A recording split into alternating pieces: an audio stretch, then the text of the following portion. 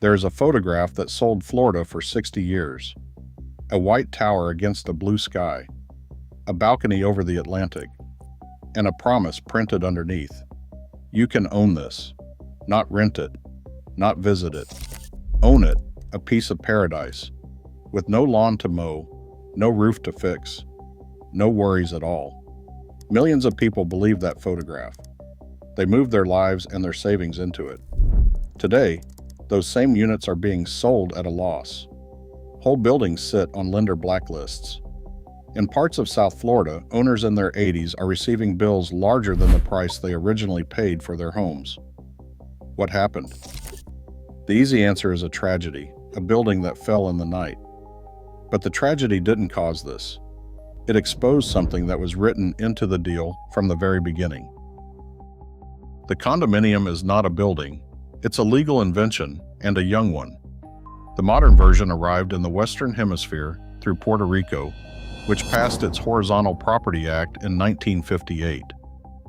3 years later, the Federal Housing Administration agreed to insure mortgages on condominium units, which meant ordinary buyers could finance them like houses. Florida moved almost immediately. In 1963, the state legislature passed the Condominium Act, one of the first laws of its kind in America, creating a new kind of property. You would own the air inside your walls, plus an undivided share of everything else: the roof, the elevators, the pool, the concrete itself. Read that carefully, because the sales brochures never did. The pitch was ownership without maintenance. The document said the opposite: ownership of the maintenance.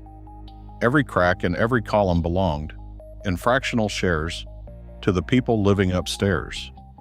The condominium didn't eliminate the cost of keeping a building standing. It divided that cost into hundreds of pieces and handed one to each buyer, payable at some unspecified point in the future. Florida found that future easy to ignore because the present was so profitable. The state was already filling with retirees who wanted sunshine and no obligations, and the condominium fit them perfectly. In 1968, attorney H. Irwin Levy began developing Century Village in West Palm Beach. Inexpensive apartments behind a gate, with clubhouses and pools and an active adult lifestyle. It grew to more than 7,800 units and sold out by 1974. Towers went up along both coasts. Older apartment buildings were converted and resold unit by unit.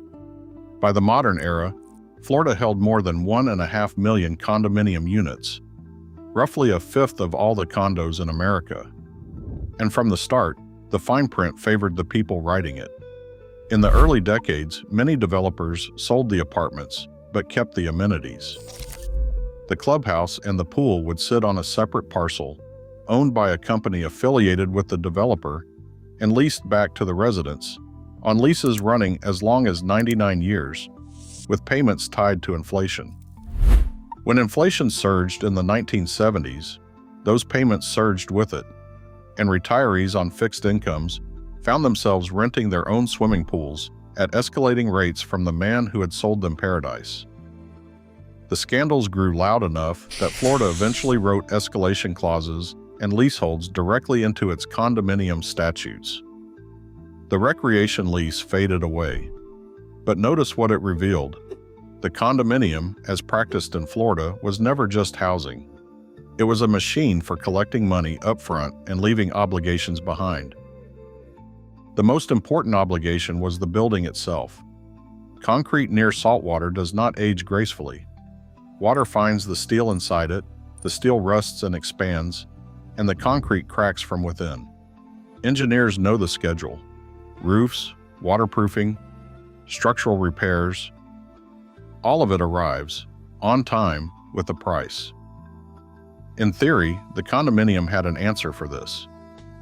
Every association collects a monthly fee, and part of that fee is supposed to flow into reserves, a savings account for the building's old age, filled gradually so that $1 million roof arrives as a solved problem instead of an emergency. That was the design. A building is a slow bill, and the reserve fund was the plan for paying it. Whether anyone actually followed that plan was another matter. Hold that thought, because it is the hinge of this entire story. Consider one building. Champlain Towers South, completed in 1981 in the town of Surfside, just north of Miami Beach. 12 stories, 136 units, designed in an L-shaped layout to fit the maximum number of ocean views under the town's height limit. Saunas, valet parking, a heated pool on an elevated deck. The postcard in concrete form. In 2018, an engineering firm inspected the building ahead of its 40-year recertification and found major structural damage. A deteriorating slab under the pool deck, cracked and spalling concrete in the parking garage. The estimated repairs came to $9 million. That November, the town's building official told residents at a board meeting that the building was in very good shape. The repairs were debated, delayed, and repriced. By 2021, the estimate had grown to roughly $15 million, and owners were assessed their shares, between $80,000 and $336,000 per unit. The first payments were due July 1st. At 1:22 in the morning on June 24th, 2021, 1 week before that first payment, the central section of Champlain Towers South collapsed in about 12 seconds. 98 people died. Federal investigators spent 5 years on the wreckage. In June 2026, they released their conclusion.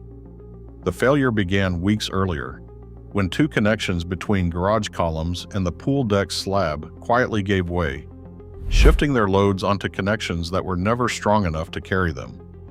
The deck had been under strength from the day it was designed. Some sections had less than half the required capacity. Steel reinforcements sat in the wrong places. Decades of added weight, planters, sand, and pavers pressed down on a structure that corrosion was hollowing out from within. So there's the obvious explanation. A flawed building, badly maintained, in salt air. A terrible exception. Except the exception theory has a problem. Within weeks of the collapse, some 24 other buildings in South Florida were evacuated over safety concerns. And when the state finally forced every aging condominium to open its books, the entire market repriced at once. One flawed building cannot do that. Something all the buildings shared could, and did. It was a sentence in Florida law. For decades, the statutes required condo associations to budget reserves for future repairs, and then allowed the owners to vote, year after year, to waive them. Saving for the roof was optional. Nearly every incentive pointed one way: low monthly fees sold units, and every board that proposed realistic fees faced owners who had bought a price, not a building. So the waivers passed, the reserves stayed empty, and the true cost of paradise was deferred, legally, onto whoever happened to be holding the deed when the concrete finally spoke. The cliff wasn't an accident, it was the business model, ratified annually by statute. 11 months after Surfside, in May 2022, Florida ended it. Senate Bill 4D ordered milestone structural inspections for every condominium 3 stories or taller, at 30 years of age, 25 near the coast, and required each association to commission a structural integrity reserve study and actually fund what it found. The waiver for structural reserves was abolished. The law did not create a single new cost. Every dollar it demanded was already owed to gravity. What the law did was publish the bill. Roughly 40% of Florida condo owners have faced special assessments in the past 3 years, commonly tens of thousands of dollars per unit, and in some aging towers, hundreds of thousands.